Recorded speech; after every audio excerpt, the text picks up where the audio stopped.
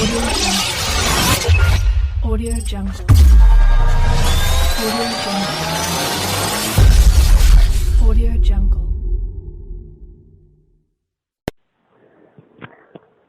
Hi friends, welcome to tech code channel.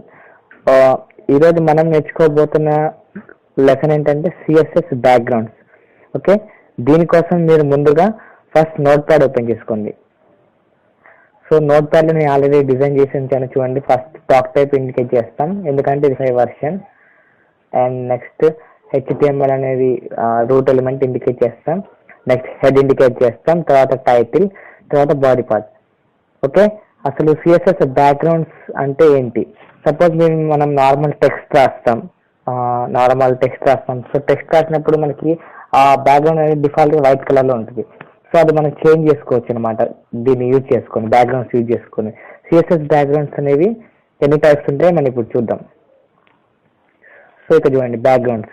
So backgrounds అనేవి CSS, ఇది older version అనమాట. ఈ ఓల్డర్ వర్షన్ సిఎస్ఎస్3 ఏంటంటే మనకి ఇప్పుడు సిఎస్ఎస్ లో లేనివన్నీ సిఎస్ఎస్3 లో అడ్వాంటేజ్ గా కొత్తగా ఇన్బిల్ట్ వచ్చాయి అనమాట. సో సిఎస్ఎస్3 అనేది లేటెస్ట్ వర్షన్, సిఎస్ఎస్ అనేది old version. So backgrounds CSS ఉంది, మనకి సిఎస్ఎస్3 కూడా ఉంది. సో ఇక్కడ ఏంటంటే సిఎస్ఎస్ లో చూడండి, బ్యాక్గ్రౌండ్ కలర్ ఇది ఒక value, background image value, background attachment, background position. So next సిఎస్ఎస్3 లో వీటితో పాటుగా ఇవి ఎక్స్ట్రా అనమాట, background size, background origin and background clip. So ఈ 3 ఫీచర్స్ అనేవి సిఎస్ఎస్3 లో కొత్తవి. ఓకే, ఇప్పుడు మనం స్టార్ట్ చేద్దాం. సో ఫస్ట్ చూడండి, సో ఇక్కడ ఏం ఇచ్చాను, హెడ్ ఇచ్చాను, టైటిల్ సిఎస్ఎస్ బ్యాక్గ్రౌండ్స్ అని ఇచ్చాను. సో నెక్స్ట్ ఇప్పుడు బాడీలో రాద్దాం. నేను నార్మల్ హెడ్డింగ్ రాస్తున్నాను. సో H1 ట్యాగ్ ఇస్తాను హెడ్డింగ్కి, H1 tag. So heading HADING heading. Next paragraph రాద్దాం అనుకున్నాం. So P tag. Okay, this is the normal text. ఇది సేవ్ చేశాను. ఇప్పుడు క్రోమ్లో లాంచ్ చేద్దాం. Launch in chrome. సో మనకి చూడండి ఎలా వస్తుందో, చూసారు కదా heading, this is the normal text.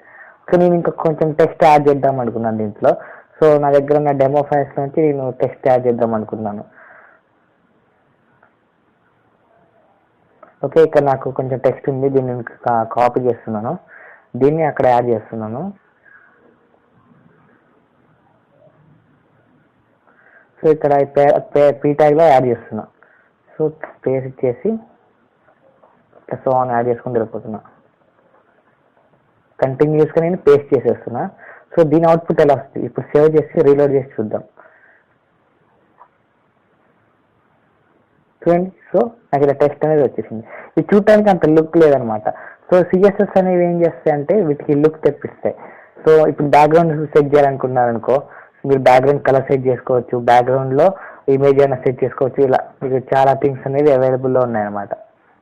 Okay okay ఇప్పుడు మీరు ఏం చేస్తారంటే మీరు మళ్ళీ ఫస్ట్ దానికి వెళ్ళిపోండి. ఓకే, ఇక్కడ మనకి హెడ్ మొత్తం అయిపోయింది కదా. ఇప్పుడు మనం ఇక్కడ స్టైల్ రాస్తాం, హెడ్లో స్టైల్ షీట్ రాస్తాం.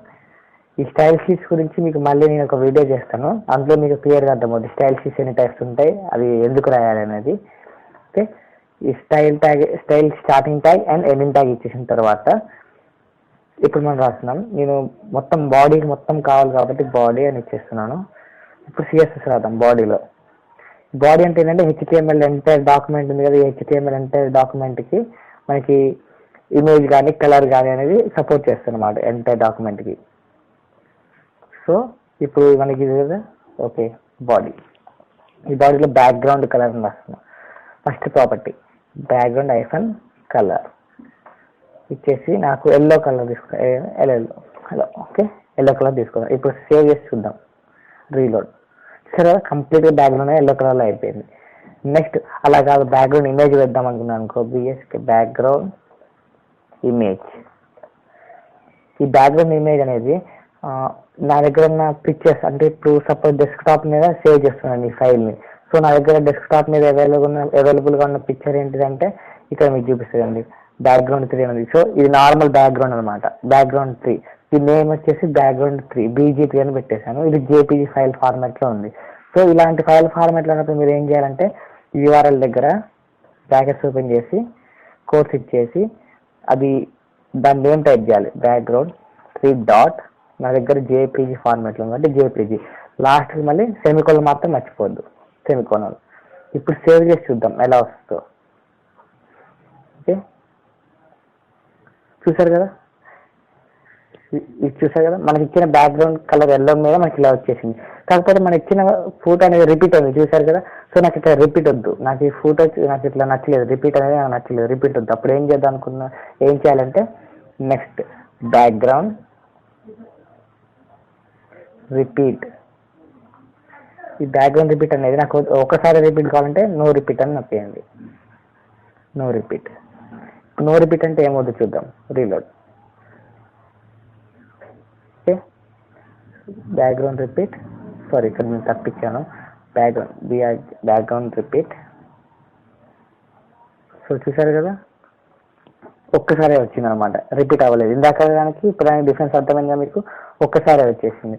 సో అట్లా కాకుండా ఇప్పుడు నాకు బ్యాక్గ్రౌండ్ X యాక్సిస్లో రిపీట్ కావాలనుకోండి, సో సింపుల్గా రిపీట్ X, రిపీట్ -X. ఇప్పుడు మనకి ఓన్లీ X యాక్సిస్లోనే అది మనకి వస్తుంది, చూడండి కావాలంటే. చూసారు కదా, దీని పక్కన వచ్చేసింది X యాక్సిస్లో. సో అట్లా కాదు, నాకు రిపీట్ Y కావాలనుకున్నాను, Y యాక్సిస్లో కావాలనుకున్నాను రిపీట్ అనేది బ్యాక్గ్రౌండ్. సో Y ఇచ్చేసేయండి, రీలోడ్ చేసేయండి. సో చూసారు కదా, Y యాక్సిస్లో రిపీట్ అయిపోతుంది, దాని పొజిషన్ నుంచి Y యాక్సిస్కి వచ్చేసింది. నెక్స్ట్ నాకు రిపీట్ అవ్వద్దంటే జస్ట్ నార్మల్గా నో రిపీట్ అని పెట్టేసేయండి. So NO repeat, no repeat అని పెట్టేసి సేవ్ చేసి చూడండి, మీకు ఒక్కసారి ఉంటుంది బ్యాక్గ్రౌండ్ అనేది. సో చూసారు కదా, ఇది. నెక్స్ట్ ఇంకా ఏంటంటే బ్యాక్గ్రౌండ్ అటాచ్మెంట్.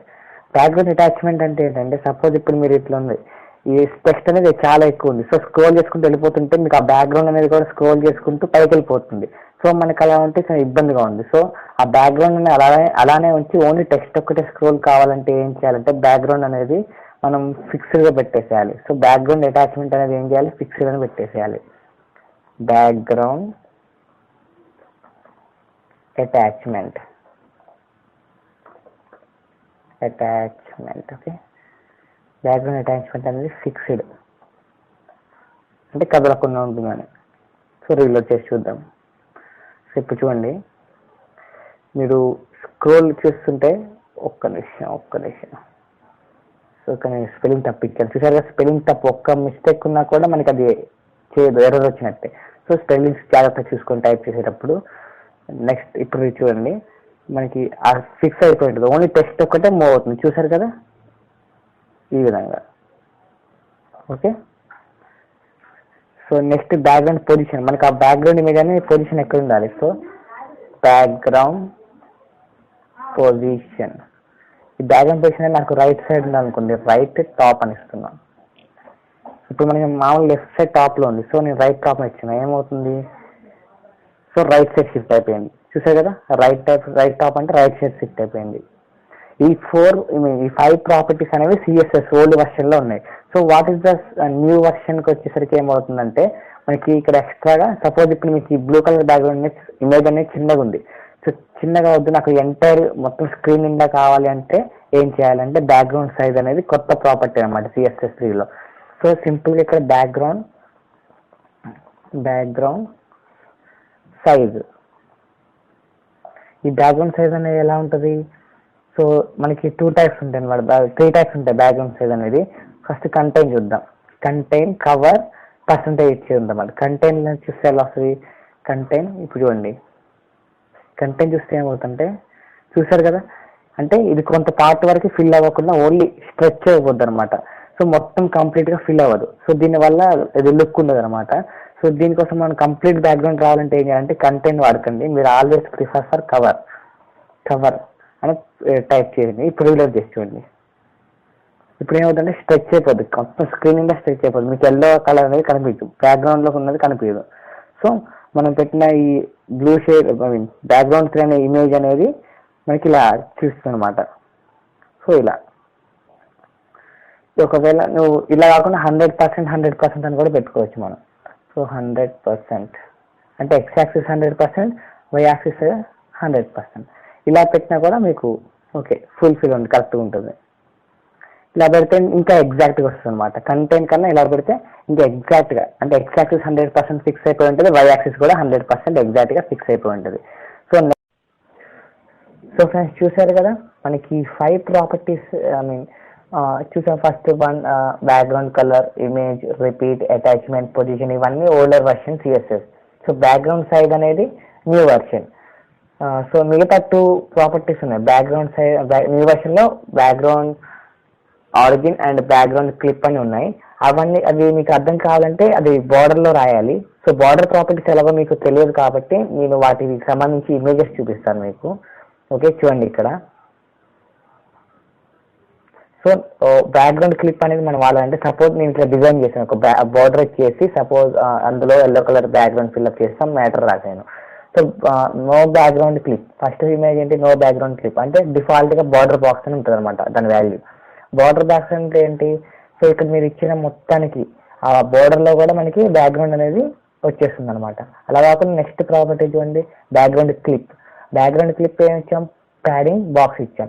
ప్యాడింగ్ బాక్స్ అంటే ఆ బార్డర్లో ఫిల్ కాదు, ఓన్లీ ఆ బార్డర్ ఇన్సైడ్ మాత్రమే మనకి ఫిల్ అయిపోతుంది. సో నెక్స్ట్ ఐటమ్ చూడండి, next border clip content box లాగా ఇచ్చాం. అంటే మనం రాసిన టెక్స్ట్ మొత్తం ఓన్లీ ఒక కంటెంట్ లాగా వచ్చేసి ఆ టెక్స్ట్ వరకు మాత్రమే మనకి బ్యాక్గ్రౌండ్ అనేది అవైలబుల్ ఉంటుంది. ఇది ఒక ప్రాపర్టీ అనమాట. నెక్స్ట్ ఏంటంటే బ్యాక్గ్రౌండ్ ఆరిజిన్. బ్యాక్గ్రౌండ్ ఆరిజిన్ అంటే మనం ఎక్కడ పొజిషన్ ఇవ్వాలి మనం బ్యాక్గ్రౌండ్ని. సో ఇక్కడ ఏమొచ్చింది, ఫస్ట్ నో బ్యాక్గ్రౌండ్ అంటే ప్యాడింగ్ బాక్స్ అనేది డిఫాల్ట్గా ఉంటుంది, దాని వాల్యూ ప్యాడింగ్ బాక్స్. సో డిఫాల్ట్గా ఉంటుంది కాబట్టి ప్యాడింగ్ బాక్స్ అంటే నార్మల్గా ఇలా ఉంటుంది అనమాట, నార్మల్లీ. నెక్స్ట్ బార్డర్ బాక్స్ అంటే ఏంటంటే ఇమేజ్ అనేది ఆ ఫ్లవర్ ఉంది కదా, అది బార్డర్లోకి వెళ్ళిపోయింది. బార్డర్ బాక్స్ అంటే అది బార్డర్లో మింగిల్ అయిపోయింది. సో ఇంకో వాల్యూ ఏంటంటే కంటెంట్ బాక్స్. కంటెంట్ బాక్స్ అని చెప్పే కదా, మీరు ఏదైతే కంటెంట్ రాస్తారో ఓన్లీ దాన్ని వరకు మాత్రం బ్యాక్గ్రౌండ్ అనేది అటాచ్ అయి ఉంటుంది. సో ఇవన్నమాట టైప్స్. ఓకే ఫ్రెండ్స్, ఈరోజు మనం ఏం నేర్చుకున్నాం, మనం different types of CSS backgrounds నేర్చుకున్నాం. సో నా నెక్స్ట్ వీడియోలో మీకు స్టైల్ షీట్స్ గురించి ఎక్స్ప్లెయిన్ చేస్తాను. ఓకే, బ్యాక్గ్రౌండ్స్ అనేవి 2 టైప్స్ ఉంటాయి, సిఎస్ఎస్ ఓల్డర్ వర్షన్, సిఎస్ఎస్ అనేది న్యూ వర్షన్. సో సిఎస్ఎస్ 3లో కూడా సిఎస్ఎస్ కూడా యూజ్ చేయొచ్చు. ఇది యూజ్ చేయాలి కంపల్సరీగా, లేకపోతే మనం ఎఫిషియెంట్గా మనకి ఓన్లీ 3 థింగ్స్తో అయితే మనకి రాదు. ఈ పొజిషన్, అటాచ్మెంట్ లేకుండా, ఇమేజ్ అనేది లేకుండా, ఇది మనం ఇండికేట్ చేయకుండా అయితే మనకి డిజైన్ చేయలేం. సో సిఎస్ఎస్ అంటే ఏంటంటే సిఎస్ఎస్ 3 అనేది advance version of CSS. So రెండింటిని మనం యూజ్ చేయాలి. ఇది డిఫరెంట్ టైప్స్ ఏం కాదు, జస్ట్ కొంచెం న్యూ ఫీచర్స్ అనేవి యాడ్ అయ్యాయి అంతే. Okay thank you friends. Please subscribe to my channel. Okay, thank you.